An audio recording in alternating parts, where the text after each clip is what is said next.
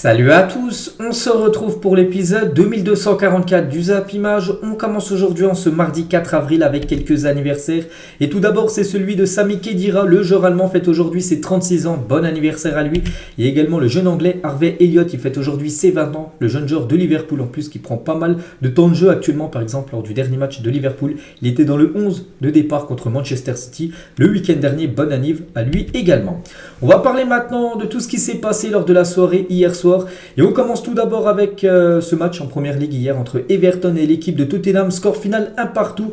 Keane, buteur côté Everton en toute fin de match contre un but de Harry Kane sur penalty. Donc à noter qu'il y a eu 2 cartons rouges dans cette rencontre, Doucouré et Lucas Moura.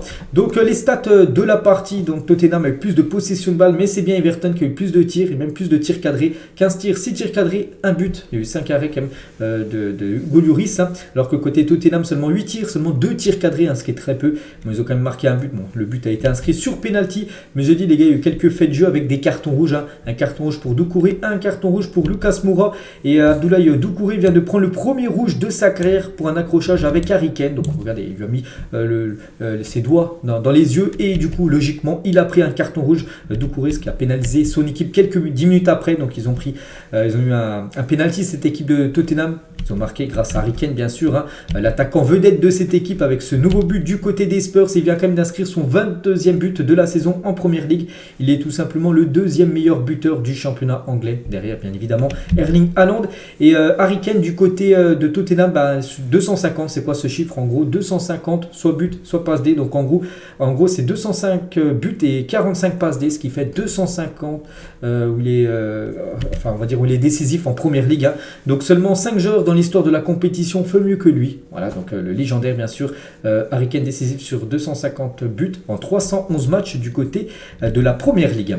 Et l'égalisation, j'ai dit, hein, ils jouent quand même avec un joueur en moins, cette équipe de Everton. Ils ont marqué un magnifique but, c'est Keane, les gars. Regardez ce but, ce boulet de canon qu'il a envoyé, les gars, de très très loin. Regardez la distance, hein, là, on peut voir qu'il est quasiment vers l'arbitre. Grosse frappe, regardez, c'était à la 89e et 41 secondes. Bon, ils avaient pris un rouge aussi, Tottenham, qui venait de se prendre un rouge de Lucas Moura. Et la grosse frappe, hein, de Keane, les gars. Hugo Lloris n'a rien pu faire, c'est parti en pleine lucarne, regardez, il n'a même pas plongé. Le gardien français, et du coup égalisation bien sûr de cette équipe de Everton en toute fin de match qui prend un point très important. Et de nouveau Tottenham lâche des points. Tottenham a vraiment trop irrégulier, de toute façon on le sait, hein, que cette équipe ça sera compliqué pour elle de remporter un trophée dans le futur en lâchant autant de points comme ça souvent en fin de match. Et tout d'abord Everton, les gars, c'est un point très important pour l'optique du maintien. Everton 15e, regardez comment c'est serré les gars, dans les dernières places de la première ligue. Donc Everton 15e 27 points, après Nottingham 27 points, Bournemouth 27 points, et après Leeds 26, Leicester 25 et Southampton 23. N'oubliez pas, c'est les 3 derniers qui descendent en Championship saison prochaine. Il reste encore à peu près 10 journées de première ligue, donc tout reste jouable bien sûr, hein. Et du côté de la tête du classement, donc Tottenham, les gars, retrouve sa place dans le top 4. Il repasse devant Manchester United.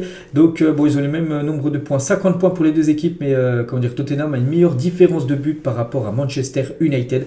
Donc voilà, ce classement très très serré bien sûr. Donc les 2 premières places, bon, ça va se jouer entre Arsenal et City bien sûr. Le titre, mais après il y a les places qualificatives pour la Ligue des Champions, ça va se jouer entre Newcastle, entre Tottenham, entre Manchester United. Après Brighton, ils sont un peu loin, ils ont 7 points de retard sur les Red Devils.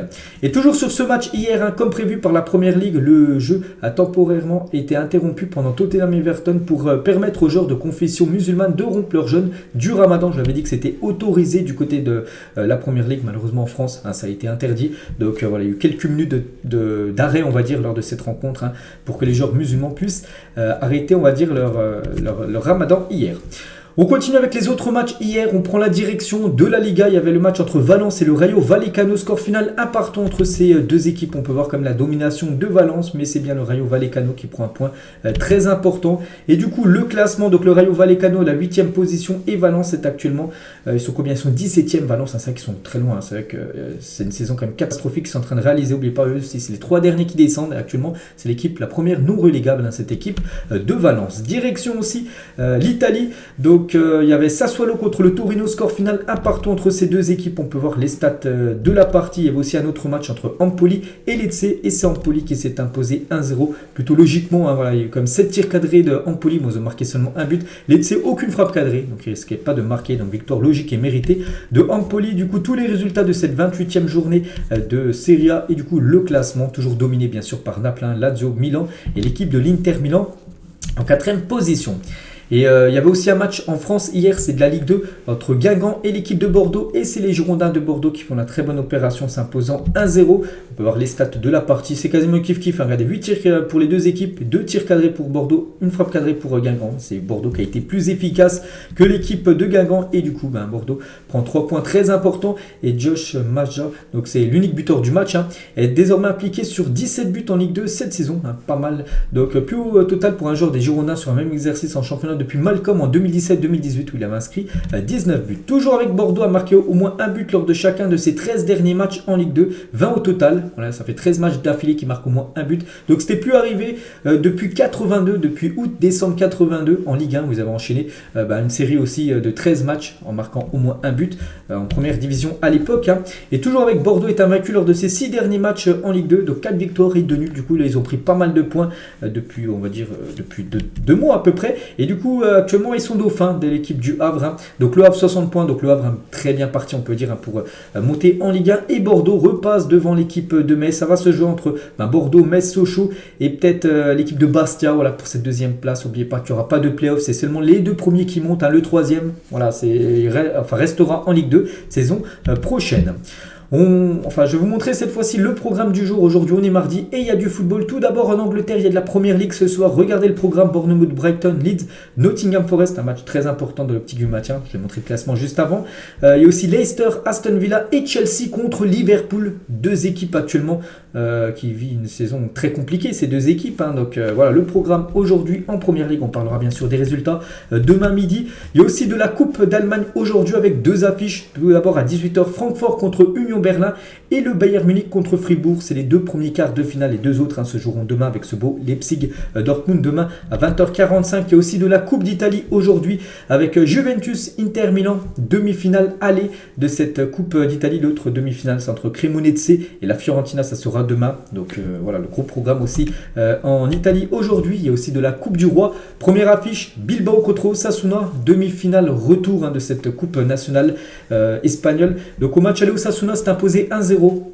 Voilà, domicile contre Bilbao cette fois-ci, c'est à Bilbao. Donc l'équipe qui gagnera, qui se qualifiera, les gars, jouera soit contre le Barça, soit contre le Real Madrid, la deuxième demi-finale de la Coupe du Roi qui se déroulera demain soir. On peut voir que la finale est prévue dans à peu près un mois, le 6 mai prochain. On va parler de l'équipe aujourd'hui, de la une de ce journal, en ce mardi 4 avril, et c'est Christophe Galtier qui fait cette une, il les fait souvent ces derniers jours.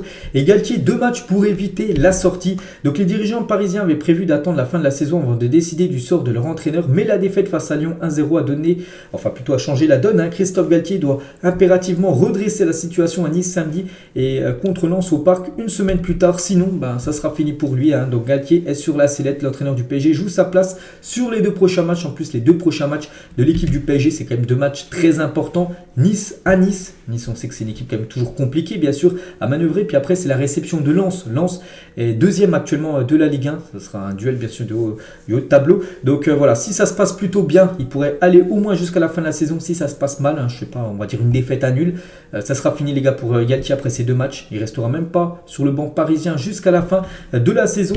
Donc même si de toute façon, tout se passe bien, on va dire, ces 2 victoires, donc il devrait rester jusqu'à la fin de saison. Donc même s'il termine la saison, l'entraîneur du PSG a très peu de chances de rester la saison prochaine. De toute façon, il se fera quasiment sûr licencié. Est-ce que ça sera là dans quelques jours? Est-ce que ça sera à la fin de la saison? Ça, on ne sait pas, mais voilà, une chose qui est sûre, quasiment sûre, c'est que Galtier, les gars, va bientôt se faire remplacer sur le banc du PSG. Daniel Riolo, les gars, sur l'After RMC hier, il a dit: le PSG ne ressemble à rien, le niveau de jeu n'a jamais été aussi mauvais dans toute l'histoire du club. C'est vrai qu'actuellement, ce que propose le PSG, c'est tout simplement une catastrophe, match après match.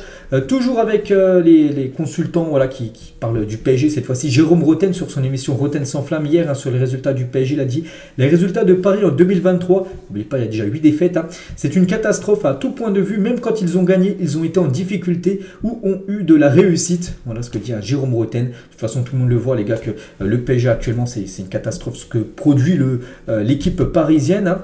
Emmanuel Petit, hier, qui était aussi sur Roten sans flamme, il a dit le PSG est un club de pré-retraite, même pour les joueurs de 20 ans. Il n'y a aucun joueur qui a progressé depuis qu'il est au PSG. C'est la faute de Messi, c'est un maestro avec une baguette. C'est à lui d'avoir des joueurs autour de lui qui fassent les efforts. C'est vrai que Messi, c'est peut-être pour ça qu'il a du mal du côté du PSG. Parce qu'au PSG, personne joue pour Messi, alors qu'avant au Barça, tout le monde jouait pour Messi. La même chose pour l'Argentine. Du côté de l'Argentine, c'est Messi et les autres joueurs autour. Alors qu'au PSG, voilà, il y a Neymar, il y a Mbappé, tout ça. Donc c'est plus compliqué voilà, pour Messi de se montrer, on va dire, qu'en Argentine ou qu'au Barça à l'époque. Donc c'est peut-être pour ça voilà, que c'est compliqué, on va dire, l'aventure de Léo Messi du côté de Paris.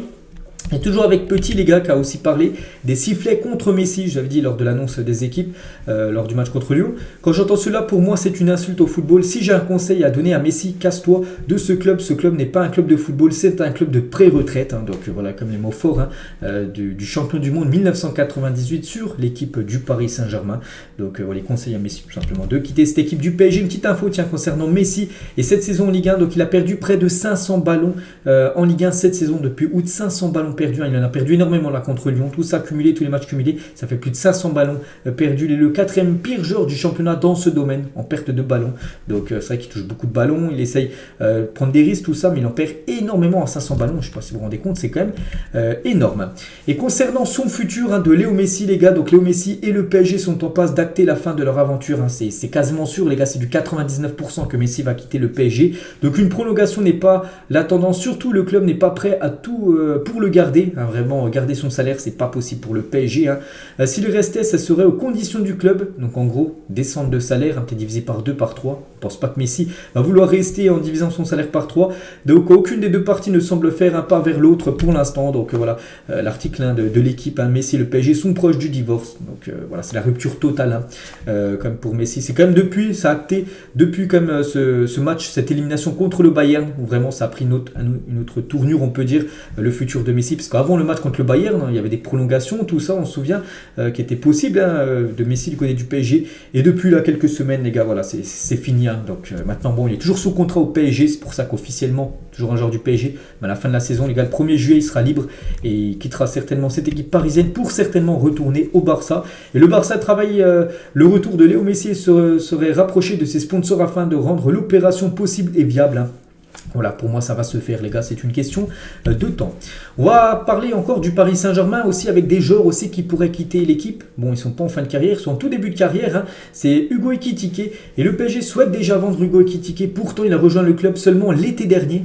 Donc, ça fait à peu près 10 mois qu'il est là. Puis, il pourrait déjà être vendu. N'oubliez pas qu'il est prêté avec option d'achat. C'est une option d'achat obligatoire que le PSG devra payer à Reims. Il pourrait déjà être vendu ou prêté, j'en sais rien. Les dirigeants du Paris Saint-Germain sont très déçus de ses performances. C'est vrai que voilà, Hugo Ekitike du côté du PSG, il ne fait pas du tout l'affaire.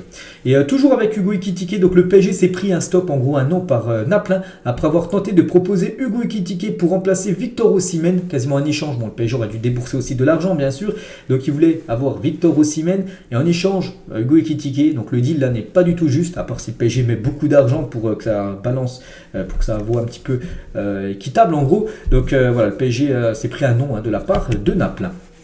Toujours avec le PSG qui souhaite aussi prêter un autre jeune joueur. Il souhaite prêter El Shaddai Bichabou la saison prochaine pour qu'il puisse gagner de l'expérience. C'est vrai que c'est un jeune joueur, mais bon, voilà, quand on voit, malgré ses 17 ans, c'est vrai qu'il est en tout début de carrière, et on peut voir ses performances qui sont quand même très très décevantes pour ce joueur. Certains clubs sont déjà intéressés, donc le mieux, voilà, certainement, c'est peut-être le PSG de le garder, de le prêter sans option d'achat pour qu'il aille prendre de l'expérience ailleurs et pour qu'il revienne d'ici, je sais pas, 2-3 ans avec plus d'expérience et qu'il puisse enfin s'intégrer dans l'équipe du PSG. Toujours avec le Paris Saint-Germain, verserait chaque année une prime de 60 millions d'euros à Kylian Mbappé en plus de son salaire mensuel de 6 millions d'euros par an. Donc ça, c'est peut-être une prime qui n'avait toujours pas été révélée au jour. Et maintenant, voilà, l'équipe la dévoile cette prime. Donc c'est le jackpot. De toute façon, on sait que Mbappé, c'est le joueur le mieux payé au monde. J'avais montré les salaires il y a quelques jours avec plus de 6 millions d'euros bruts par mois qui touche. Puis il y a aussi une prime qui pourrait toucher par an de 60 millions. Donc voilà, c'est le jackpot total, bien sûr, pour Kylian du côté du Paris Saint-Germain. On continue avec les autres infos transferts. On va parler de Rami Bensebaini, ancien joueur de Rennes, maintenant joueur de Gladbach. N'oubliez pas, il est en fin de contrat, en fin de saison.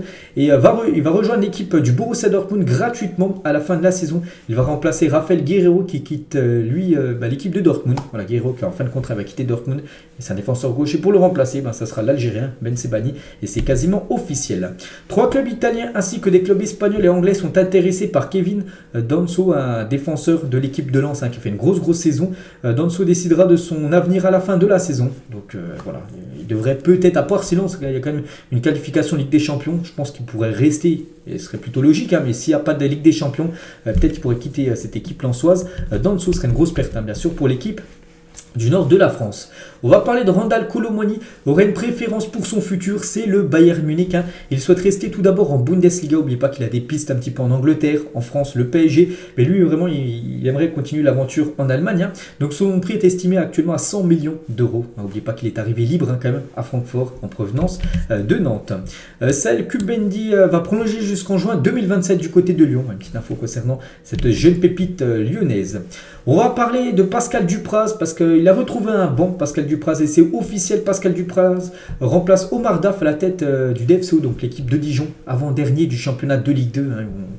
Certainement jouer en national la saison prochaine, et du coup ça sera objectif maintien pour lui. Il reste 9 journées du côté de la Ligue 2, donc voilà, Dupraz les gars retrouve un banc, et Omar Daf les gars se fait licencier de son poste d'entraîneur de Dijon. C'est la même chose les gars, et c'est officiel exactement aussi pour Philippe Hinschenberger, et n'est plus l'entraîneur d'Amiens. Il reste toutefois salarié au club, mais bon voilà, concernant Dijon ils ont trouvé un nouveau coach, mais bon Amiens a viré son coach, et là ce sera certainement officiel dans la journée, peut-être demain ils vont trouver un nouveau coach qui va remplacer ce coach qui a été licencié hier. Officiel aussi, lui aussi, c'est fini, c'est José Rojo Pacheta n'est plus l'entraîneur du Real Valladolid. Donc Real Valladolid, n'oubliez pas le dernier match qu'ils ont fait, ils ont pris 6-0 contre le Real Madrid, et après cette défaite, et c'est officiel, l'entraîneur s'est fait licencier. La même chose pour, il y a eu beaucoup d'entraîneurs qui se sont fait licencier là ces dernières heures, la même chose pour Diego Martinez qui n'est plus l'entraîneur de l'Espagnol Barcelone, premier relégable. Tout à l'heure j'ai montré le classement de la Liga, il y avait Valence 17e, et le premier relégable 18e, c'est l'Espagnol Barcelone qui va peut-être jouer en deuxième division la saison prochaine. Du coup l'entraîneur, à cause des mauvais résultats, se fait licencier. Toujours avec les entraîneurs officiels, Michel démissionne de son poste d'entraîneur de l'Olympiakos. C'est José Anigo, directeur sportif du club, qui assurera l'intérim avant de trouver un nouveau coach pour cette équipe grecque. Toujours avec les entraîneurs, on va parler de Thomas Tuchel sur le licenciement de Graham Potter. N'oubliez pas, Graham Potter, c'est lui qui avait remplacé Thomas Tuchel à l'époque sur le banc de Chelsea. Donc il a dit, j'ai lu la nouvelle hier soir, il m'a fallu un certain temps pour digérer mon licenciement. Le club a énormément changé, donc cela m'a moins affecté. Voilà ce qu'il a pu dire. Il a également dit, il n'y a pas de secret pour gérer les stars. Chaque club a son propre ADN. C'était spécial à Paris. La culture de Chelsea et du Bayern est assez similaire. Il s'agit avant tout de gagner. Ce sont des clubs forts qui fixent les règles. En gros, voilà, il dit que vu que c'est des grands clubs comme Chelsea, comme le PSG ou même l'équipe du Bayern, si les résultats ne sont pas là, c'est les entraîneurs qui sautent les premiers. Voilà, ça a été le cas bien sûr pour lui, ça a été le cas pour Graham Potter là il y a quelques jours du côté de Chelsea. Et toujours avec Thomas Tuchel qui a gagné son premier match 4-2 sur le banc du Bayern contre Dortmund. Donc Thomas Tuchel est invaincu dans tous ses débuts en tant que manager à l'époque. Du côté de Mayence, il avait fait 2-2 contre les Leverkusen. Du côté de Dortmund, il avait gagné 1-0 son premier match. Avec le PSG, son premier match sur le banc, il a gagné 4-0 contre l'AS Monaco. Du côté de Chelsea, premier match, il avait fait 0-0 contre Wolverhampton, puis il a une victoire 4-2. Il n'a jamais perdu son premier match en tant que coach d'une nouvelle équipe, Thomas Tuchel. De nombreux entraîneurs de renom sont disponibles sur le marché. C'est qu'actuellement, vu qu'il y a beaucoup d'entraîneurs qui sont virés, tout ça, il y a pas mal de mercato, on va dire, transfert d'entraîneurs. Et actuellement, regardez comme les coachs actuellement libres, comme Zidane, Enrique, Conte, Bielsa, Pochettino ou même Nagelsmann. Tous ces entraîneurs actuellement peuvent rejoindre l'équipe qui souhaite, bien sûr, gratuitement. Et concernant le dernier, Julian Nagelsmann, est le grand favori pour remplacer Graham Potter en tant qu'entraîneur de Chelsea. Vous savez que Chelsea vient de licencier Potter, donc actuellement c'est l'adjoint qui va prendre l'intérim. Bon, pas sûr qu'il va prendre l'intérim jusqu'à la fin de la saison, mais pas que Chelsea, toujours en Ligue des Champions, ils vont jouer contre le Real Madrid là dans quelques jours, et ça pourrait être Nagelsmann, les gars, qui pourrait être nominé, j'en sais rien, peut-être aujourd'hui. Des fois ça va tellement vite, des fois l'accord peut se trouver en quelques heures, donc il pourrait déjà retrouver un banc seulement 2 semaines après son licenciement du Bayern Munich. On va parler de l'équipe de Valenciennes, une équipe dans le nord de la France, pour être rachetée par un milliardaire africain. historique. Donc un rachat de 100 millions d'euros des parts du club est étudié et un accord est envisageable si le club se maintient en Ligue 2. L'acheteur serait Aliko Dangote, l'homme le plus riche d'Afrique. Et voilà, il pourrait acheter à 100%, en gros, voilà, 100% des parts de cette équipe de Valenciennes. Donc voilà, c'est quelqu'un de très très riche, un milliardaire. Et on pense qu'il pourrait peut-être mettre un peu d'argent dans le mercato, et pourquoi pas, Valenciennes, dans le futur monter en Ligue 1, on ne sait jamais. L'AS Ajaccio envisagerait la résiliation du contrat de Youssef Bellali, absent depuis la fin de la trêve internationale. J'en ai parlé hier, que la trêve internationale, en gros, il n'était pas de retour du côté de l'AS Ajaccio. Donc parti, jouer 2 matchs de qualification à la CAN avec les Fennecs, c'était contre le Niger, avec l'Algérie. Bellali est porté disparu à Ajaccio, officiellement blessé aux adducteurs. Le milieu offensif a décidé de se soigner en Algérie, alors qu'il aurait dû revenir en Corse, du côté de Ajaccio, se soigner s'il était blessé. Et voilà, c'est pour ça qu'Ajaccio pense à résilier le contrat de Youssef Bellali, parce que normalement il devait revenir, il n'est pas revenu. On va parler de l'équipe de France féminine et la FFF n'a pas envoyé de lettre de licenciement à Corinne Diacre. Elle continuera donc de percevoir son salaire de 27 000 euros brut par mois jusqu'à la fin de son contrat en août 2024. Bon, c'est incroyable quand on voit des infos comme ça. Voilà, elle va rester chez elle, mais elle va toucher quand même son salaire, même si elle est plus sélectionneuse de l'équipe de France. Elle va toucher quand même quasiment 13 000 euros par mois net, là je vous parle. Donc voilà, jackpot pour elle. En plus, c'est encore pendant un an jusqu'à août 2024, en gros jusqu'à la fin de son contrat. Toujours avec l'équipe de France féminine, elles vont jouer 2 matchs, le 7 et le 11 avril prochain. Et l'arrivée des Bleus à Clairefontaine aujourd'hui, donc l'équipe de France féminine, voilà quelques photos des joueuses qui sont arrivées à Clairefontaine. Et officiel les gars, Hervé Renard nomme Wendy Renard capitaine de l'équipe de France. Voilà, c'est Wendy Renard qui est nommée capitaine des Bleus. Je crois qu'elle était déjà capitaine avant, mais vu que maintenant c'est Hervé Renard, le coach de cette équipe, donc il renomme, on va dire, une nouvelle capitaine, et celle. Donc Hervé Renard avec Wendy Renard. Bon, ils n'ont rien à voir, c'est pas de la même famille, bien évidemment. Les 3 capitaines des équipes de France sont désormais connus. Donc Mbappé masculin, Wendy Renard féminine et Benoît Badiachil, c'est le capitaine des espoirs. Et Hervé Renard, les gars, en conférence de presse hier, l'objectif on le connaît. Aujourd'hui il y a 26 joueuses, mais il n'y en aura que 23 à la Coupe du Monde. Donc il y aura des choix bien sûr qui seront faits lors de la liste finale de la Coupe du Monde qui sera faite d'ici quelques mois quand même. Je n'ai pas encore eu d'échange particulier avec Wendy Renard. Bon, il l'a vu maintenant vu qu'elle a rejoint bien sûr le groupe France. Elles ont revendiqué des choses, elles les ont obtenues. Maintenant, elles ont des devoirs, elles savent que les responsabilités sont déculpées. Donc elle dit qu'elles ont revendiqué des choses. C'était, voilà, on ne veut plus jouer tant que Corinne Diacre et son staff seront sélectionneuses des Bleus, tout simplement. Donc elles se sont fait licencier, on sait. Donc maintenant, elles ont des devoirs. Elles ont voulu que Corinne Diacre ne soit plus sélectionneuse. Donc maintenant, elles vont devoir faire le taf. Par exemple, Wendy Renard, parce qu'elle ne voulait plus jouer. Donc que ça soit Corinne Diacre sur le banc. Et Hervé Renard sur le retour d'Amel Majri. Elle a dit c'est indispensable de donner une structure aux joueuses qui ont des enfants en bas âge. La France est un peu en retard. Il faut franchir le pas parce que Amel Majri, les gars, a eu une grave blessure. Puis après, elle était enceinte, elle a eu un bébé. Donc elle a quand même rappelé, bien sûr, vu qu'elle est encore au niveau. Donc voilà quelques infos concernant cette équipe de France Espoir. Concernant l'équipe, pas France Espoir, l'équipe de France féminine, désolé. Les joueuses de l'équipe d'Angleterre joueront avec un short bleu en raison de leurs règles. L'équipe féminine d'Angleterre évoluera avec un short bleu plutôt que blanc, annoncé lundi le Football Association, donc la fédération anglaise de football. On va parler de ce coach, les gars, c'est le coach de Brighton et Roberto De Zerbi à propos des ambitions de Brighton qui est quand même 6ème de première ligue. Donc on pense qu'ils peuvent peut-être accrocher, je sais pas, une place en Europa League, Ligue des Champions, c'est les 4 premiers qui se qualifient. On veut jouer en Coupe d'Europe la saison prochaine. Dans quelle compétition, nous verrons bien. Mais nous voulons jouer 3 fois par semaine la saison prochaine. Donc une fois peut-être le dimanche, une fois le mercredi et l'autre fois le samedi. Donc 3 fois par semaine, il veut jouer la Coupe d'Europe.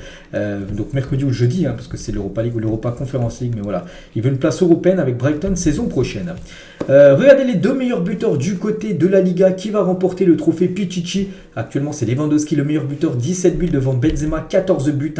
Ça va se jouer certainement entre ces deux-là. N'oubliez pas que c'est Benzema la saison dernière qui avait remporté ce trophée Pichichi. Mais cette saison, il y a Lewandowski qui est arrivé en Liga. Et pour l'instant, c'est lui qui a plus 3. Mais bon, des fois, ça peut remonter très vite. Regardez, Benzema a bien mis un triplé lors du dernier match. Bon, Lewandowski a mis un doublé, lui, de son côté. Et Benzema, les gars, sur son compte Instagram, la dernière photo qu'il a mis avec ses 2 enfants, bien sûr, Karim Benzema. On va parler, tiens, l'ancien coéquipier de Karim Benzema, c'est Gonzalo Higuaín. Et Kun Agüero a révélé sur Twitch que Gonzalo Higuaín avait donné son accord pour rejoindre la Kings League. Vous savez, cette compétition qui a été créée par Gérard Piqué. La 2e édition aura lieu le 7 mai prochain, voilà, dans un mois à peu près. Donc voilà, Gonzalo Higuaín pourrait figurer dans une équipe de la Kings League. Toujours avec les joueurs argentins, vu que là on parlait de Gonzalo Higuaín, qui a perdu la finale de la Coupe du Monde 2014. Pourtant, on se souvient, moi je me souviens, il y avait des grosses occasions contre l'Allemagne. Bref, donc eux les gars ont gagné la Coupe du Monde là, il y a quelques mois. Donc c'est Dybala et Alvarez, l'attaquant de Manchester City, qui font la même célébration, la célébration Spider-Man. Gonzalo Ramos, les gars, cette saison, c'est pas mal quand même à ce joueur, les gars, 22 matchs pour 17 buts, toutes compétitions confondues. Donc voilà, c'est vraiment des très très belles stats pour lui. Et c'est un joueur du Benfica. Et regardez les gars, les pépites qui sont sortis du Benfica, comme Enzo Fernandez, Félix, Ruben Diaz, Darwin Nunez, il y a eu Renato, Cancelo, Bernardo Silva, Angel Di Maria. Donc voilà, tous ces joueurs ont été vendus après très très cher par l'équipe du Benfica. Félix, plus de 120 millions d'euros. J'ai plus les montants exacts, mais voilà, à chaque fois ça a été des gros montants. Comment dire, Enzo Fernandez, plus de 130 millions d'euros à l'équipe de Chelsea. Gonzalo Ramos, ça peut être la même chose là très prochainement. Bien sûr, ce joueur qui est peut-être pressenti du côté de Manchester United. Son prix est estimé à plus de 100 millions d'euros. On va parler de cette affiche. Donc c'était avant-hier les gars entre Naples et l'AC Milan avec ce 4-0. Donc n'oubliez pas que ce Milan-Naples et Naples-Milan, match aller, match retour, là ça va être encore une affiche les gars de Ligue des Champions. 12 avril et le 18 avril, là en l'espace d'une semaine, ils vont se rencontrer 2 fois. Ça sera les quarts de finale de la Ligue des Champions. Donc pour l'instant peut-être avantage psychologique quand même pour l'AC Milan après ce 4-0 qu'ils ont mis à l'équipe de Naples avant-hier. Et Rafael Leao lors de ce match, les gars, en train de dribbler. Un joueur de Naples est toujours avec le sourire, bien sûr. Le joueur élégant, ok. Le joueur Rafael Leao. On va parler de Berlusconi, ancien président de l'AC Milan. Il a dit: allant de Mbappé, j'aimerais qu'ils viennent en Serie A. Ils sont le présent, mais aussi l'avenir du football. Là, vu qu'on parlait de l'AC Milan, Berlusconi, l'ancien président. Mais il aimerait que voilà, ces deux joueurs-là viennent du côté de la Serie A. Bon, on ne dit pas du côté de Milan, une autre équipe, peu importe. Mais bon, pour l'instant, il n'y a aucune rumeur, bien sûr. S'ils venaient à quitter, je pense leur championnat, les deux, ce serait vraiment pour aller du côté de la Liga. Mbappé serait plus pour aller du côté de la Liga. Et Haaland qui quitterait la Première Ligue, je ne le vois pas dans un autre championnat, ce serait pour lui aussi du côté du championnat espagnol. Lorsque Thiago Motta arrive sur le banc de Bologne, le club est 16e de Serie A avec 0 victoire. Le club est aujourd'hui 8e à 8 points des places européennes. Selon vous, doit-il aller dans un club plus prestigieux la saison prochaine? Certainement, il fait du très bon taf. L'ancien joueur du PSG, même ancien entraîneur du PSG, il a entraîné, je crois, les U17 de l'équipe parisienne. Et maintenant, du côté de Bologne, il fait les beaux jours. Cette équipe qui n'avait pas gagné avant son arrivée. Donc maintenant, elle est à 8 points des places européennes pour la saison prochaine. Coupe de cheveux ou tatouage, le nouveau look de Kennedy, joueur de Valladolid. Donc voilà, ça, c'est pas une coupe de cheveux parce que c'est pas des cheveux, les gars, c'est un tatouage qui s'est fait sur son crâne. Donc voilà, petite info concernant ce joueur de Valladolid.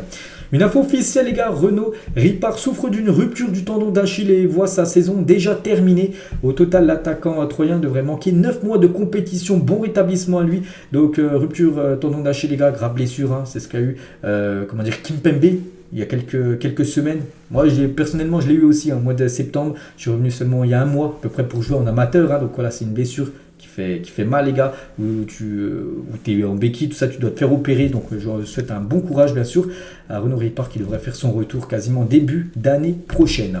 Les meilleures attaques cette saison, les gars, c'est le Bayern Munich, 76 buts inscrits par le Bayern Munich devant City 71, Arsenal 70, le PSG 68, Monaco 61, Marseille ou même Lille 54, 4 équipes françaises quand même dans le top 10. Pas mal, donc les clubs français, les gars, il y a du spectacle, on va dire, en attaque. Regardez l'équipe du week-end en Ligue 1, ce nom SofaScore. On peut voir, je sais pas, tiens, Léo Messi qui est dedans. SofaScore, après, c'est des gens c'est des utilisateurs qui votent. Alors, je dis que Messi, les gars, il n'avait pas fait un énorme match. Par exemple, dans le journal L'équipe, il a obtenu la note de 3 sur 10 par rapport à son dernier match contre Lyon. On peut voir qu'il figure dans cette équipe. Voilà. Cabella, Gomez, je sais pas, Isaac Touré, tiens, le joueur prêté par l'équipe de Marseille, la GOCR, figure dans cette équipe. Après un rassemblement réussi, un retour en club réussi pour nos Bleus, regardez les Bleus du week-end, les performances, par exemple, Upamecano, 3 tacles réussis, plus au total du match. En plus, c'est un but, il a marqué contre Dortmund, même si c'est un but chanceux, on peut dire. Moussa Diaby, 2 passes D, 3 passes D sur les 4 derniers matchs de championnat pour le joueur du Bayer Leverkusen, Youssouf Fofana. Donc un but, deuxième but en championnat, déjà son record sur une saison. Bon, je crois qu'il a pris un rouge à la fin du match contre, c'était qui, je sais plus contre qui, Strasbourg, je crois qu'ils ont joué Monaco. Coman, les gars, un but, 6e but de la saison en championnat. Et Colomboigny, les gars, un but, 5 frappes tentées sur l'ensemble du match. Donc voilà, les joueurs de l'équipe de France ont plutôt bien performé lors du week-end dernier. La Ligue des Champions, les gars, c'est dans une semaine, jour pour jour. On est mardi, donc mardi prochain. Je ne sais plus exactement c'est quelle affiche en premier. Donc voilà, oublie pas le programme, hein, parce que la Ligue des Champions, bah, c'est la reprise la semaine prochaine avec le Real contre Chelsea, City contre le Bayern, AC Milan, Naples et Benfica contre l'équipe de l'Inter Milan. Et on finit les gars cet épisode aujourd'hui avec toutes les équipes qui ont été dans le dernier carré en gros, en demi-finale de la Ligue des Champions depuis la saison 93-94, voilà. Chaque année, je prends une année au pif. Tiens, je prends 2001, il y avait Leeds contre Valence, première demi-finale, et l'autre c'était le Real contre le Bayern Munich. Je sais pas, je prends en 2005-2006, c'était Arsenal contre Villarreal et Milan contre l'équipe du Barça. Je prends un peu plus récemment, tiens, 2016-2017, Monaco contre la Juve et le Real contre l'Atlético. La finale, ça avait été Real Juve et le Real Madrid s'était imposé ou au pif. Tiens, 2009-2010, l'équipe de Lyon en quart qui avait éliminé l'équipe de Bordeaux. Du coup, en demi, ils avaient affronté le Bayern contre l'Inter Milan. L'Inter qui joue contre le Barça, l'Inter s'est imposé. Ils avaient fait une finale Inter-Bayern et l'Inter avait gagné. Et l'Inter a réalisé ce magnifique triplé lors de cette année 2010. Donc voilà, toutes les demi-finales. Donc là, 2022-2023, on ne voit pas encore les écussons qualifiés parce qu'on ne connaît pas encore bien sûr les affiches des demi-finales. Donc voilà, par exemple PSG, regardez en 94-95, je compte l'AC Milan en demi-finale de cette Ligue des Champions. Donc voilà les gars, tout ce qu'il y a à dire aujourd'hui. J'espère que ça vous a plu. On se retrouve bien évidemment les gars sur ma chaîne secondaire en première ligne de description. Biz After Zap Image pour la deuxième partie de l'épisode qui sortira cet après-midi aux alentours des 17h. Bonne journée à vous et à demain bien sûr midi sur cette chaîne.